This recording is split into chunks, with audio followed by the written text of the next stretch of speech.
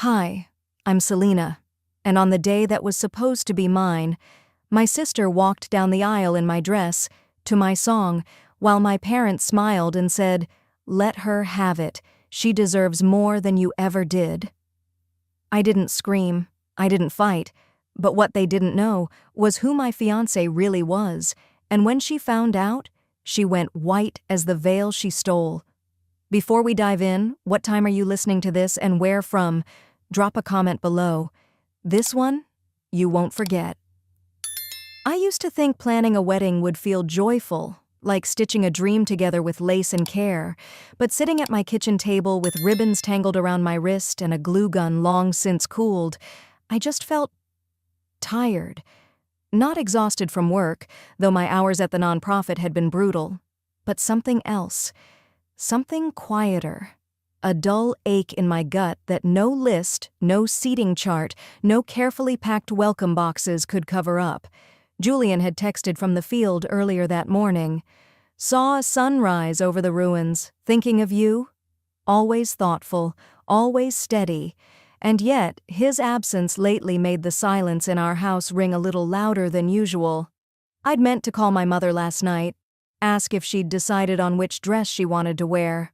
But the last time we spoke, her tone had been distracted, like she was answering from another room, or another life.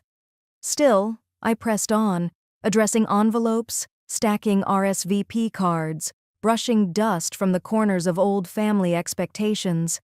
By noon, I decided to take a break and walked out to the porch with a mug of black tea. Spring had finally shaken the frost off Massachusetts, tulips cracked open by the steps, and a pair of cardinals chattered in the neighbor's tree like they had somewhere better to be. That's when my phone buzzed. It was from my cousin Mara. No message, just a link. At first I assumed it was spam, until I saw the URL, Callista and Ethan tie theknot.com. I clicked. A soft piano melody played. Blossoms floated across the screen, and then, there it was. The venue, Meadow Hill Estate. The date, June 4th. The hosts, Mr. and Mrs. Gerard Mathis, my parents, and the bride, Callista, my little sister. I blinked. I looked again. My hand started trembling just slightly, enough to spill tea across my knee. 4 months ago, I'd introduced Callista to Ethan. He was a corporate donor who'd come to a gala I'd helped organize. She'd been visiting, breezing through my life in one of her expensive scarves, and I thought it might be nice to include her. Guess she liked what she saw. And apparently, so did he. For a full minute, I couldn't move, not even to breathe properly. The music on the site looped again. This time, it made my chest tighten. What twisted me up most wasn't even the fact that she was marrying him. It was the way the entire announcement had been staged like a royal decree, and I was nowhere in the picture, as if I never existed. I opened my recent call list and tapped my mother's name. Straight to voicemail. I tried again. Then my father. Then Callista. Nothing. Just when I was about to hurl my phone onto the porch railing, it buzzed again. Voicemail from Mom. "Hi, sweetie," her voice chirped, thin and rehearsed. "Look, I know this might be confusing, but let's not make it a competition, okay? You're older. You understand things better. This just made more sense for everyone. Let's keep things peaceful, all right?" Peaceful. I sat frozen on the porch for several minutes before dragging myself back inside. The world looked the same, but my skin didn't fit quite right anymore. By 5 p.m., I was parked in front of my parents' home, watching sunlight drip down the edge of their white porch swing. I rang the bell. The door opened before I finished my second knock. Callista, in a peach-wrap dress, barefoot, holding a glass of Chardonnay like she was hosting brunch. "Oh," she said, blinking like I'd arrived uninvited to my own house. "We didn't think you were still going ahead with yours." My ears rang. "You didn't think—" "We figured once Ethan and I set a date, you'd realize it was kind of awkward?" She tilted her head like she was helping me understand basic math. Behind her, I saw Mom walk in from the kitchen. Calm, perfectly made up, holding a tray of shrimp cocktail. "Selena," she said not unkindly, "you're being emotional." You've always been sensitive about these things, but honey, Ethan just has more standing. His family, well, you know. More standing. Like love was a corporate ladder, and I'd just worn the wrong shoes. I'm your daughter, I said. Mom smiled lightly, as if I'd made a joke she didn't quite find funny. Callista is too, she said. I turned. Walked down the steps, clutching the banister harder than I needed to. The late sun cast long shadows across their driveway, and I kept my gaze on the ground so no one could see my eyes well up. When I reached my car, I slid into the driver's seat and exhaled like I'd been holding my breath for years. In the passenger seat was a box of my wedding invitations, creamy cardstock, hand-pressed embossing, lilac ribbon. I pulled one out, ran my finger along the smooth edge, opened it. No names had been written in yet, just the template waiting for a life that no longer fit. Carefully, I folded it closed and placed it in the glove compartment. I didn't send mine, but I would attend hers. The parking lot was already full when I pulled up. I had to leave my car across the street, behind a row of hedges where the spring pollen clung to every surface. I sat there for a moment with the engine off, my hands resting on the steering wheel. The evening sun washed the windshield in gold, but I didn't feel warm. Not really. I hadn't RSVP'd. No one had asked, but I had paid the deposit for the venue, back when this day was supposed to be mine.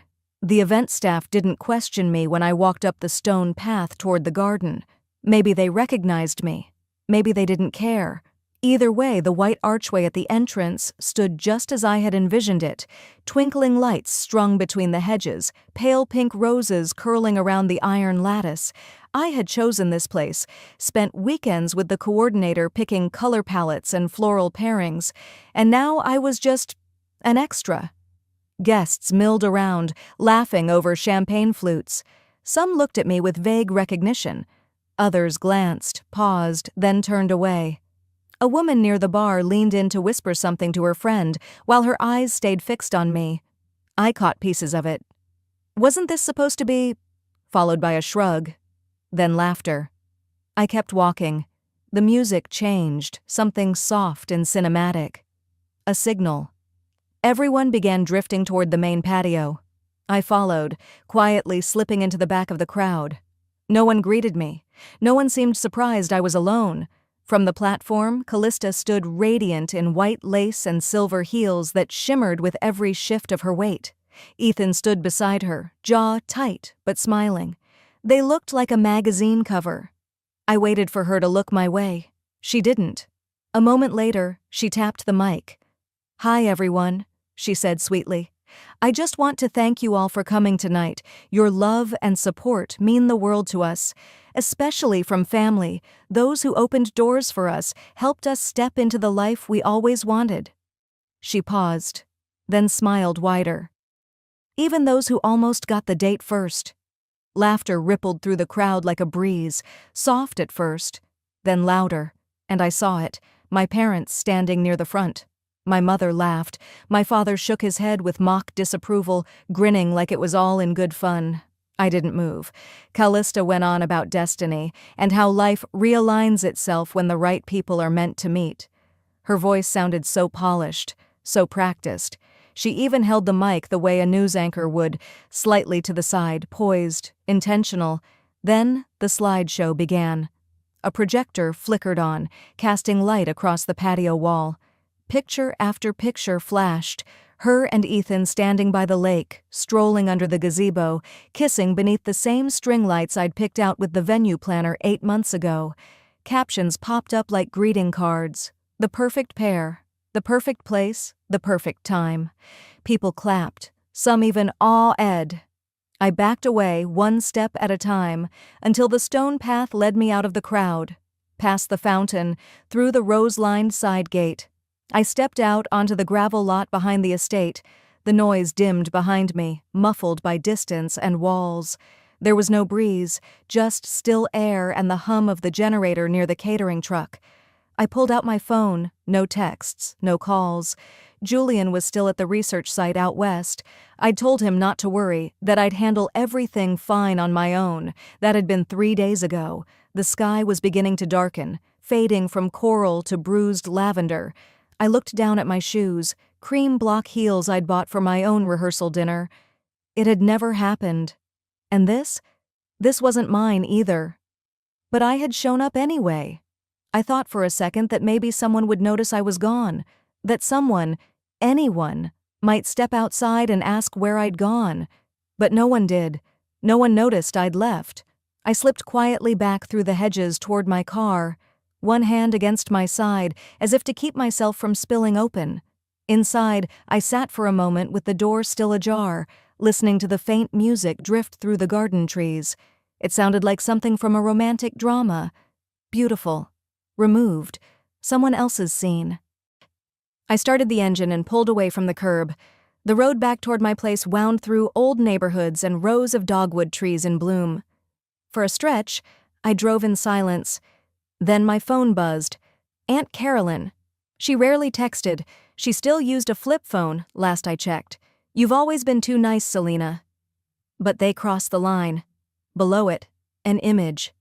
I pulled over near a corner bakery, parked beneath a dim street lamp, and tapped the photo. A blurry contract, scribbled signatures. But I recognized mine, and Julian's.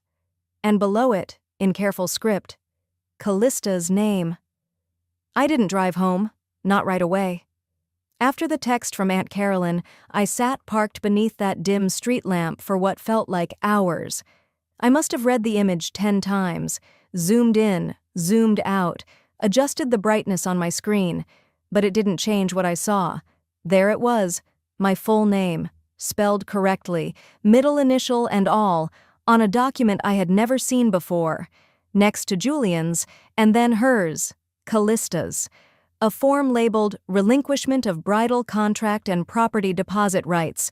It looked official, drafted, formatted, notarized, but none of it was mine. I drove home sometime after 2 in the morning, though I barely remember the drive. Just the glow of gas stations, the buzz of late-night radio static, the occasional pair of headlights passing the other way. At home, I didn't go upstairs. I sat in the living room, on the edge of the couch, with a glass of water that remained untouched. The house was still, too quiet, like it had swallowed its own voice. I reopened the image. Again. Who submitted this? When? How? My thumb hovered over Julian's contact. I wanted to forward the picture, ask if he knew anything. But what could he possibly say? He'd been gone for weeks, deep in his fieldwork in Arizona, and even if he hadn't, I wasn't ready to hear what I feared might be true. I stayed awake through sunrise. When the birds began calling and the kitchen filled with soft light, I pulled out the drawer where I kept our wedding contracts. The original deposit receipt was still there. My name, my card, my signature, dated 7 months ago. But now it looked like that never mattered. I Googled the law firm listed on the form, Weathers and Klein, just 20 minutes away. I didn't shower, just threw on jeans, pulled my hair into a bun, and drove straight there with the printout of the image in hand. At the front desk, a young receptionist glanced up from her computer. "Can I help you?" "I need to speak with someone about this." I slid the photo across the counter. "There's been a mistake." She studied it. Her eyes flicked up to mine. "One moment." She disappeared into a hallway. I waited, arms crossed, heart pounding like a slow drumbeat in my ears. A few minutes later, a tall man in a gray vest and navy tie walked out. He looked to be in his mid-50s, with the kind of calm face you see in commercials for retirement plans. "I'm Garrett Klein," he said, extending his hand. "Please come in." His office smelled faintly of leather and paper. A shelf behind his desk was lined with thick binders and plaques with phrases like, "Ethics matter and your word is your bond." I sat down, hands still clenched. "I understand you have concerns about a document filed through our office?" I nodded. "This one." I handed him the printed image. "It has my name on it, but I didn't sign it." He studied it, then turned to his screen, typed something, and clicked through a few files. "Yes, this came through about 6 weeks ago. It was digitally notarized. Let me pull it up in full." When he turned the monitor toward me, I saw a clean PDF. Everything looked polished, clean, like it had gone through all the proper channels, but I hadn't even known it existed. "This form was submitted electronically," Garrett said, "with digital verification. It was vouched for by 2 family members, one of them listed as—" He paused. "Miriam Mace. My mother."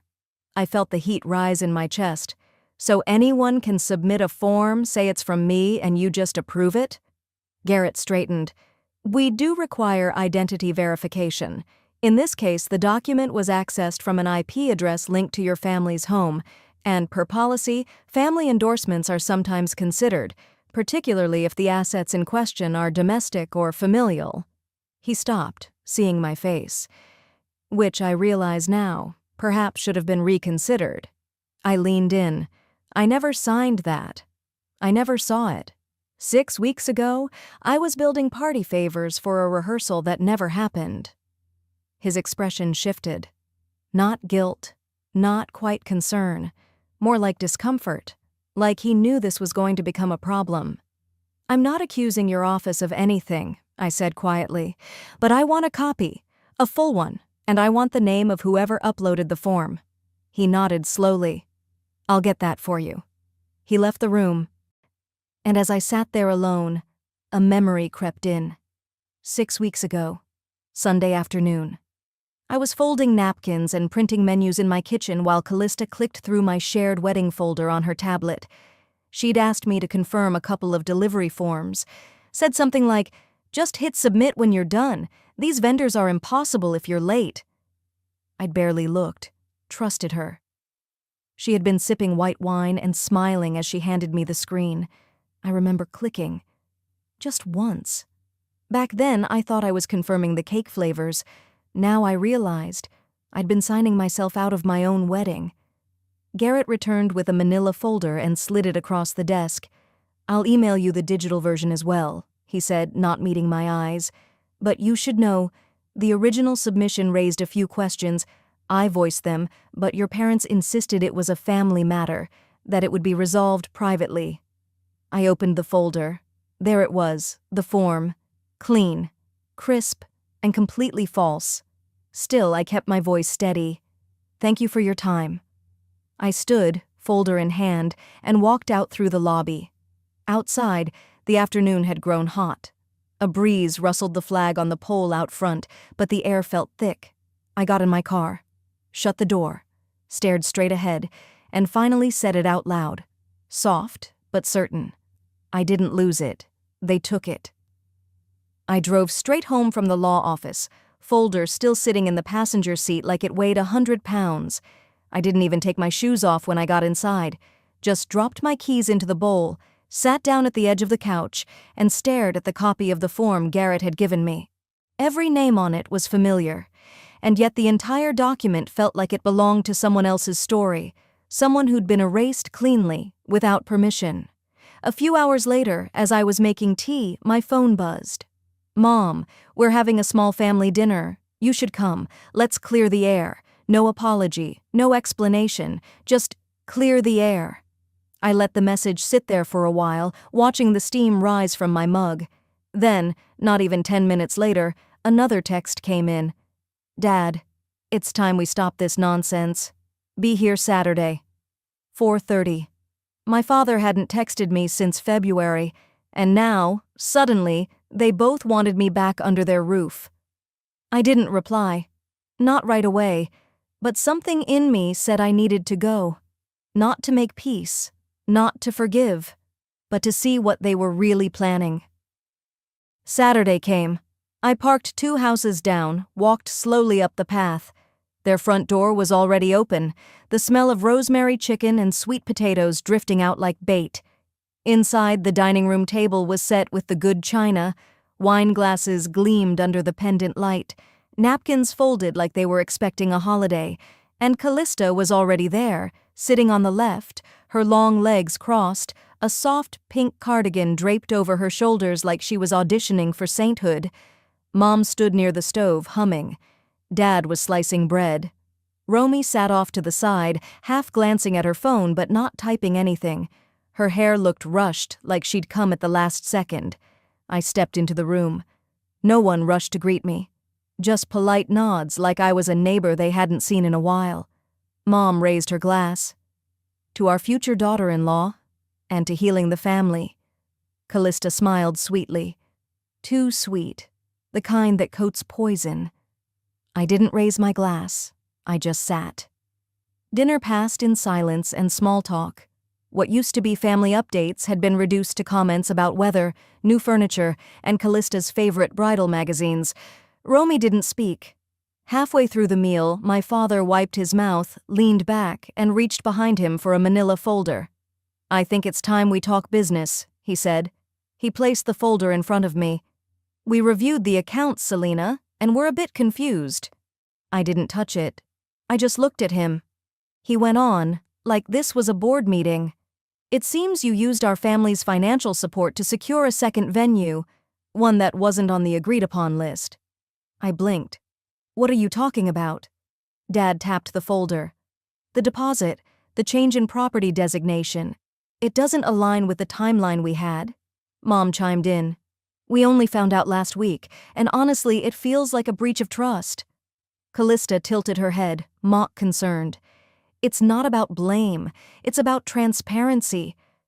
They were flipping the script, and doing it well. I opened the folder. Inside were printed screenshots of the digital form from Garrett's office, highlighted and annotated like a high school project. They had built a narrative, one where I had gone rogue, signed away property rights, and tried to orchestrate a venue swap behind everyone's back. "You've always been impulsive," Mom said gently, as if that would soften the blow. "Maybe this is a lesson in humility." My jaw tightened. Does a lesson? As if I were a child, not the person who funded half of this wedding. I closed the folder. "I didn't sign anything," I said flatly. "Not knowingly, and you all know that." My father's face hardened. "It was your email, your name. The lawyer confirmed it." I looked at him. "And who vouched for it? Who pushed it through without confirming with me?" No one answered. I turned to Callista. "You had access to everything. The folders, the digital forms."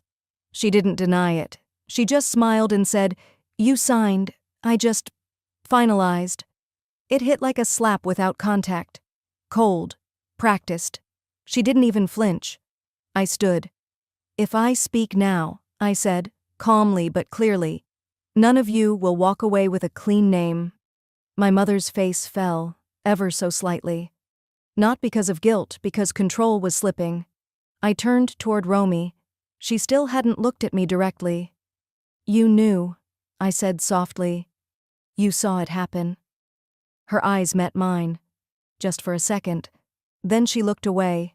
No denial. I didn't wait for dessert. I picked up my bag, nodded once, and walked toward the door.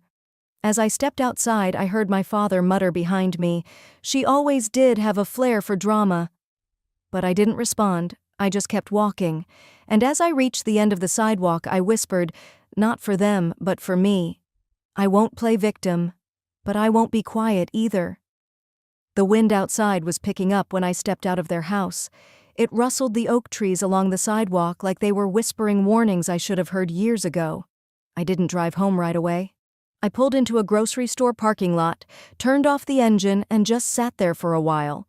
Window cracked, headlights off, my fingers clenched around the steering wheel like I was holding back a scream. But I didn't scream. I went home. It was close to midnight when I finally walked into my apartment.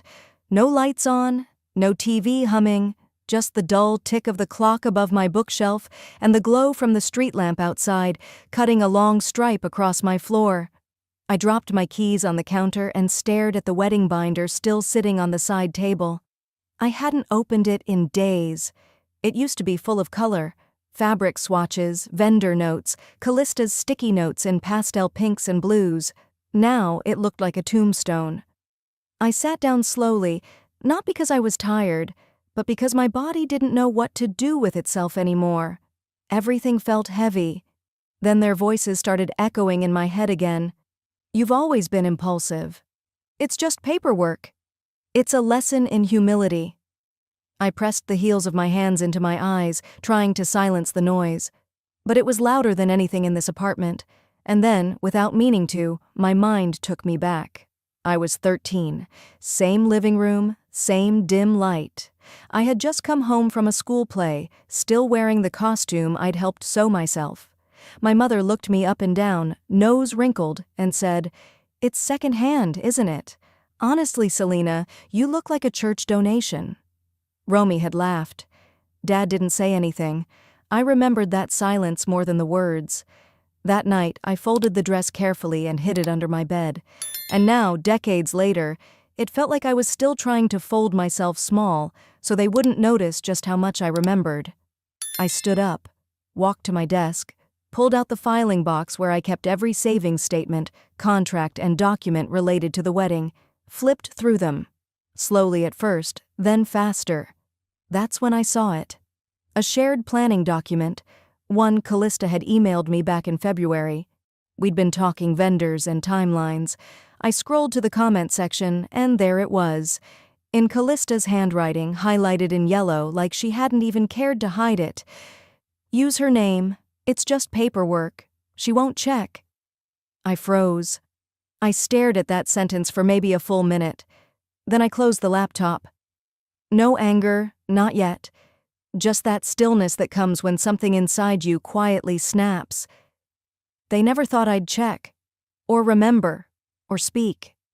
Well, they were wrong. I grabbed my phone, opened the voice memo app, sat upright, spine straight like I was back in a courtroom, and then I hit record. "Hi, Mom," I said. My voice was steady, calm, too calm.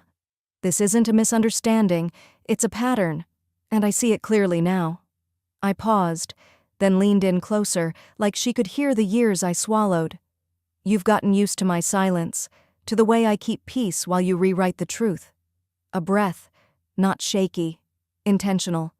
"But this time, if it happens again, I'll respond, publicly, loudly." My thumb hovered, then tapped stop. I listened to it once, then sent it. Not as a text, as a voice message, because I wanted her to hear the tone. No yelling, no drama, just certainty. 10 minutes passed, no reply. I didn't expect one. I was about to shut down the computer when there was a soft knock at my door. I froze. Another knock. I walked over, looked through the peephole. Romy. I opened it without a word. He looked like he hadn't slept. He walked in, stood near the counter, rubbing the back of his neck. "I know it's late." I nodded toward the kettle. "Want tea?" He shook his head. I couldn't sleep. I sat on the edge of the couch. "So now you talk?" He didn't fight it. He just sat, too, elbows on knees. "I should have said something at dinner," he muttered. I looked at him. "But you didn't." He nodded, eyes down. "They threatened to cut me out." I didn't even blink. "You think they'd cut you out? I've lived cut out." He looked up. There was nothing defensive in his face, just guilt. The kind that simmers when you know you didn't fight for the one person who always did for you. "I was scared," he said. "I used to be too," I replied quietly. "But scared people don't survive in this family. Only quiet ones do. Until they don't." He opened his mouth, but I stood up. "You should go," I said, not unkindly. "I need sleep, and you need to decide who you are when no one's watching." He walked to the door, hesitated. "Selena," he said, voice low, "what if it gets worse?" I met his eyes. It already did. As he left, I closed the door softly behind him, then turned back toward the kitchen, pulled the laptop open again. Because something told me, I thought a warning would stop them. I didn't expect what they did next.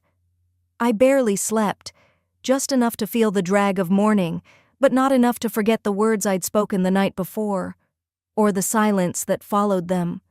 I got up just after 6.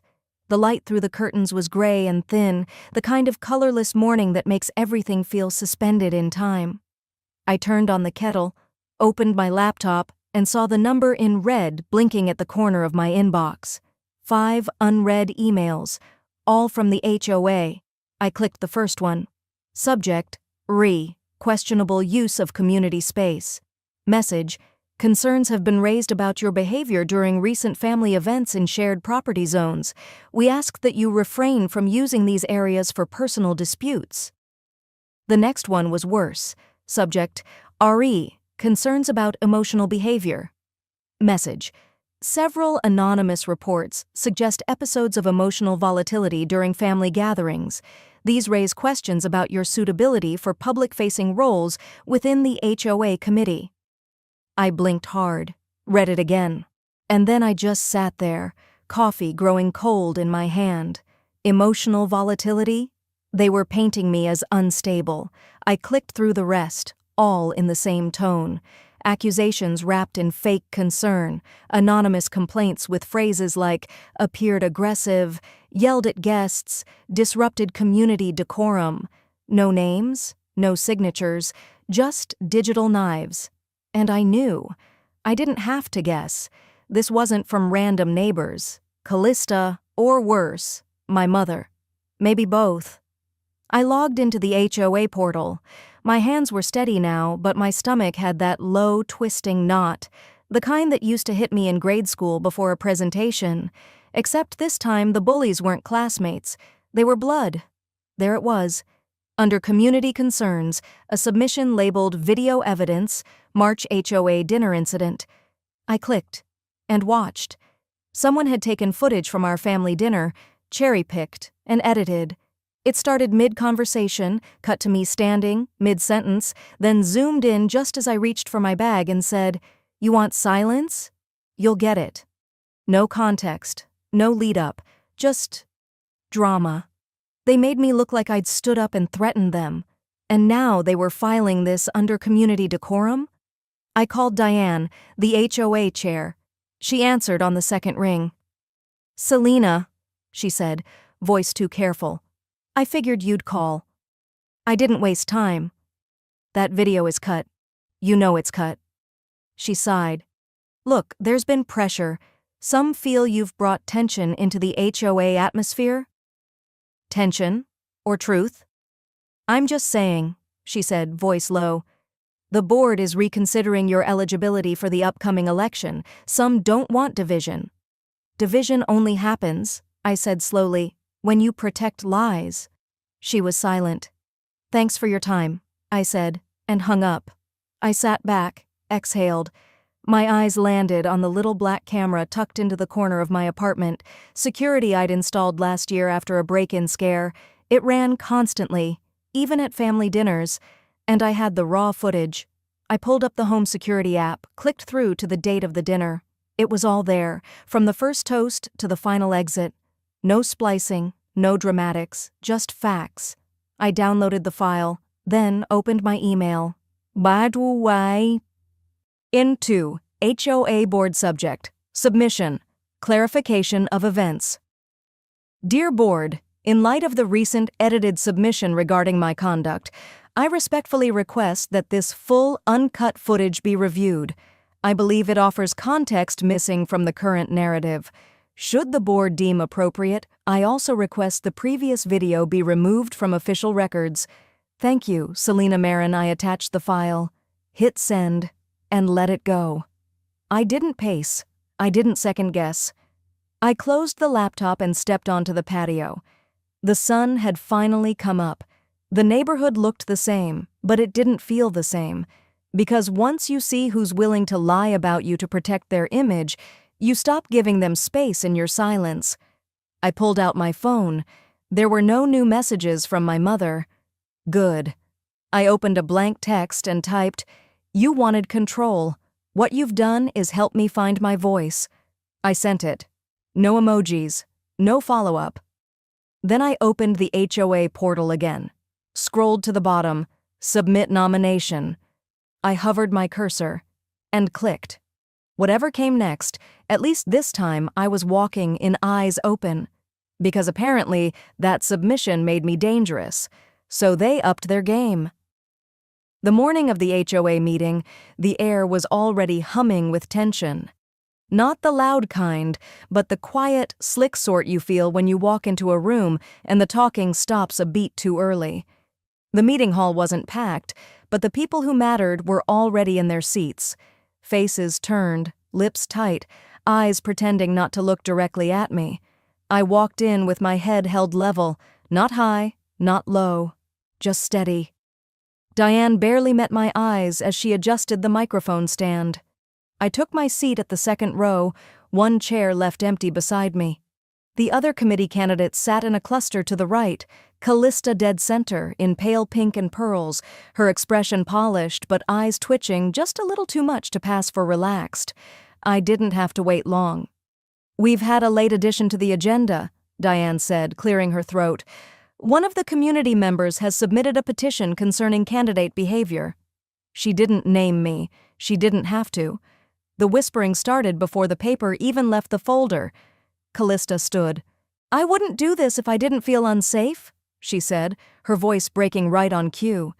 "But last month, at a family event, Selena publicly harassed me, in front of my children." I didn't blink. I didn't move. She cornered me, raised her voice, made me feel— She paused for dramatic effect. "Unfit to raise a family."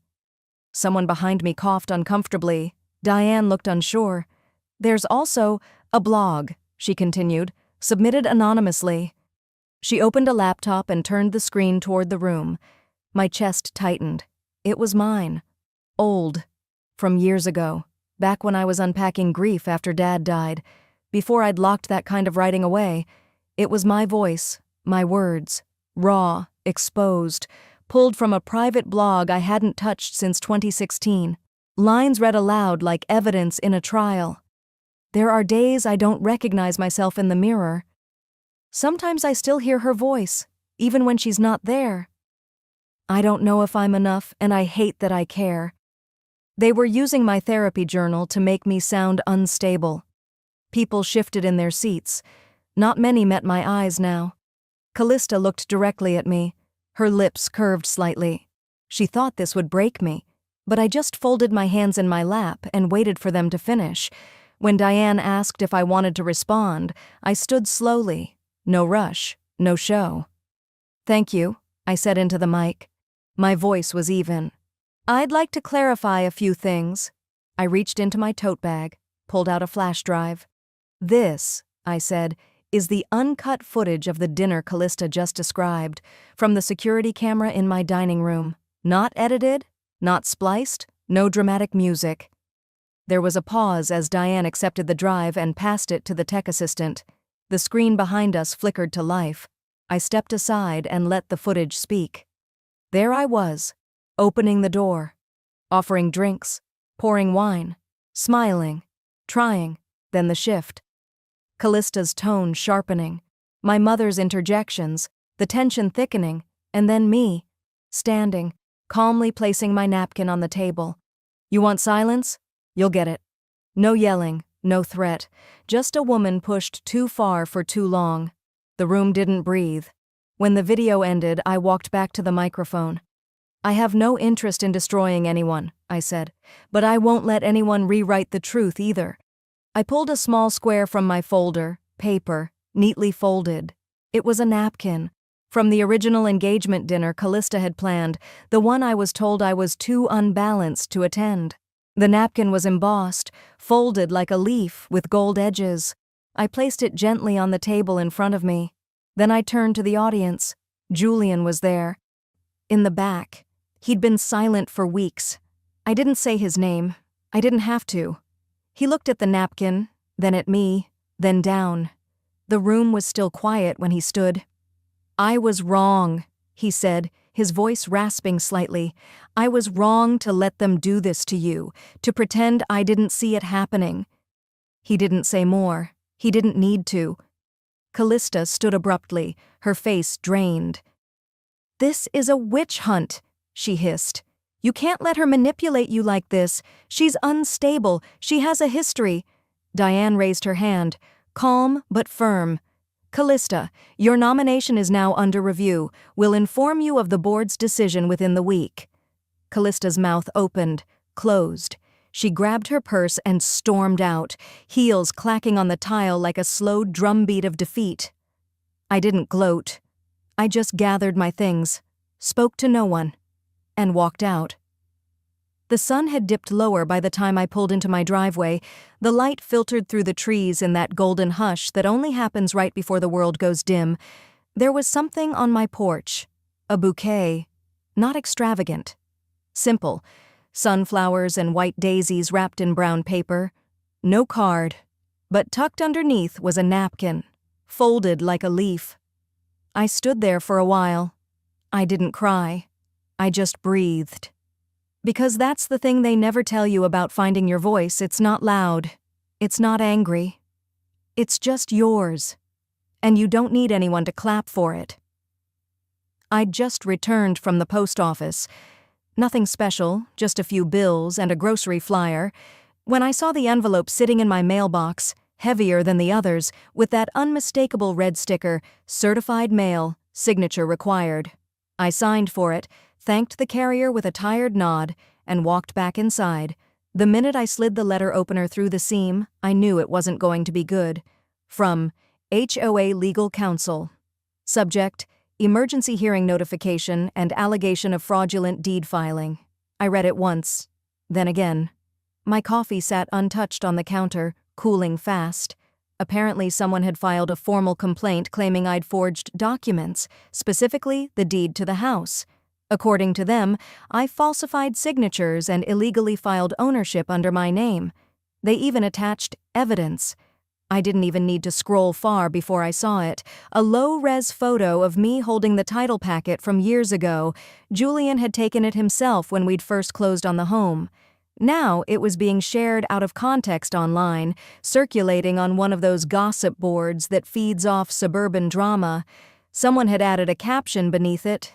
"How do you inherit a home your fiancé never even signed over?" By that night, I stopped checking my phone altogether. I didn't sleep much. The emergency board meeting was set for 3 p.m. the next day. I showed up early. The boardroom was colder than usual. Or maybe that was just me.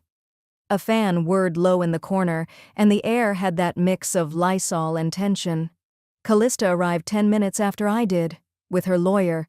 She wore navy, not pink this time. Serious, polished, confident.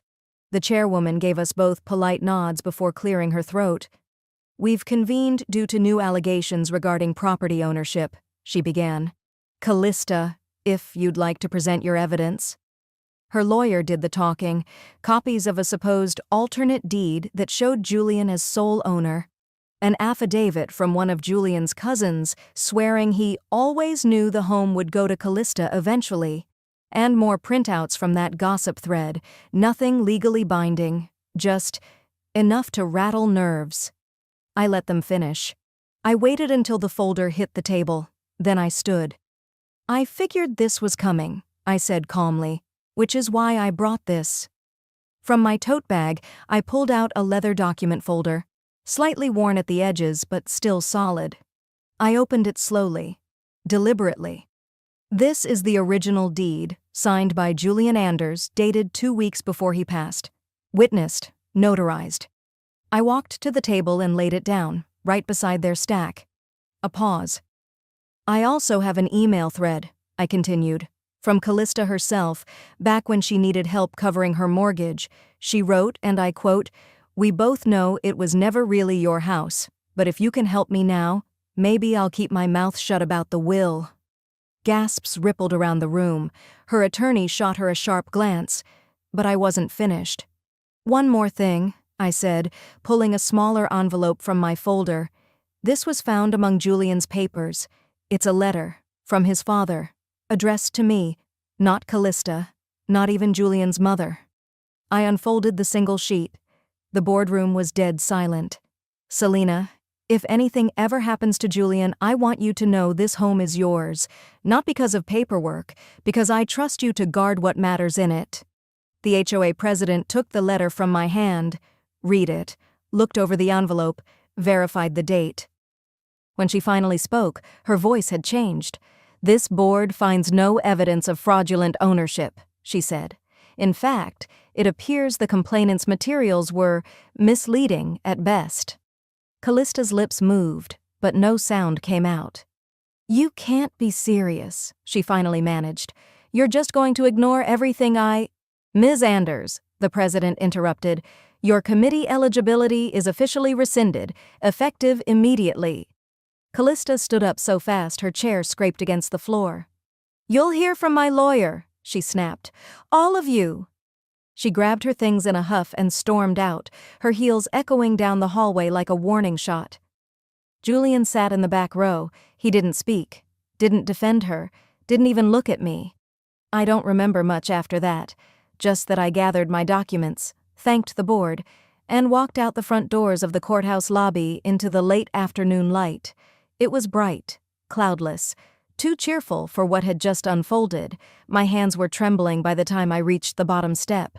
I paused on the sidewalk, reached into my bag, and finally turned my phone back on. The notifications came flooding in, but only one caught my eye. A message from Julian. Julian, I never wanted it to go this far. I didn't open it. I didn't need to. I swiped left and hit delete.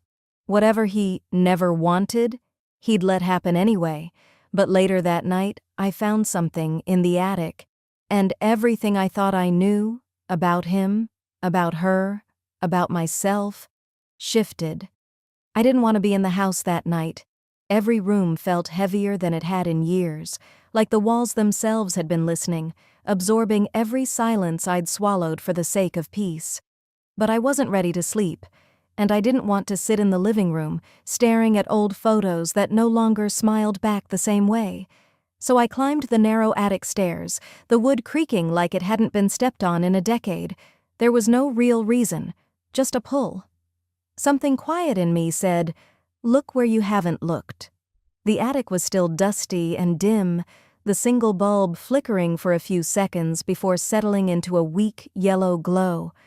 I ducked beneath a low beam and crouched behind the old paint cans and leftover tiles from a renovation Julian never got around to, and that's when I saw it, a box I didn't recognize, flat, taped closed with fading blue painter's tape. It wasn't labeled, just tucked behind a stack of insulation foam like someone had intentionally hidden it. I brought it down carefully, set it on the floorboards, and peeled the tape. Inside, there were cards. Dozens of them. Birthday wishes in Romy's unmistakable cursive, photos of us in younger years, silly notes on grocery receipts, all saved, folded, held onto like little pieces of breath. And then, on top of the stack, was something I'd never seen before.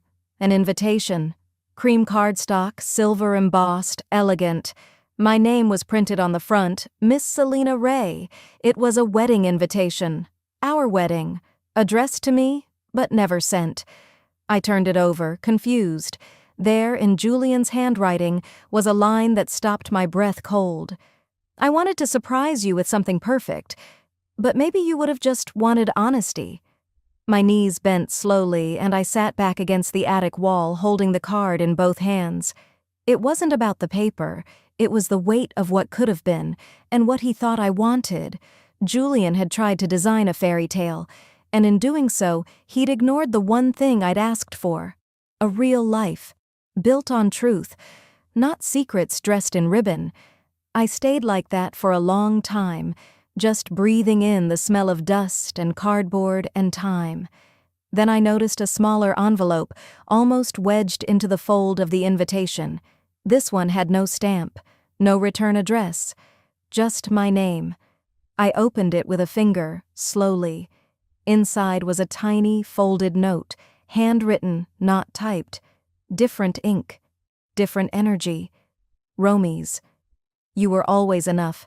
I knew she would try to break you. I'm glad you didn't let her." I blinked hard. My fingers trembled slightly. And then I noticed, taped delicately to the bottom of the note, a single pressed dogwood petal. The exact kind Romy wore in her hair at what should have been my bridal shower. The one Callista ruined with her drunken toast and sideways comments. That petal had been saved. It hit me then. Romy had mailed this to herself, or left it here. For me, for someday, for when I'd be alone and need to remember. I didn't cry right away. I just sat there, holding the note, reading those 3 lines again and again, not for answers, but for permission to forgive myself. Later, I brought the box down with me. I made tea, sat on the porch while the neighborhood slowly dimmed. Porch lights flickered on one by one. A couple walked by with their dog, waved politely. I waved back. For the first time in months, my chest didn't feel tight. I didn't need anyone to apologize anymore. I just needed to let go of the idea that they ever would. The next morning, I walked down to the little park on the edge of the neighborhood, the one with the wooden benches and that tiny lake where ducks always seem to gather, no matter the season. I sat near the weeping willow, breathed, thought about Romy, about her quiet ways of loving people, about how she never shouted her loyalty, but she always showed up. I thought about Julian, about how he tried, failed, and left a trail of paper apologies he was too scared to deliver, and I thought about me, what I'd kept, what I'd let go. Sometimes healing isn't loud, it's not revenge or a courtroom win. Sometimes it's reading a forgotten note in your attic and remembering who you were before they tried to rewrite you. I reached into my bag and took out the dogwood petal. I didn't press it back into the box. I didn't put it away. I let it rest in my palm, fragile, faded, but still whole, and I smiled.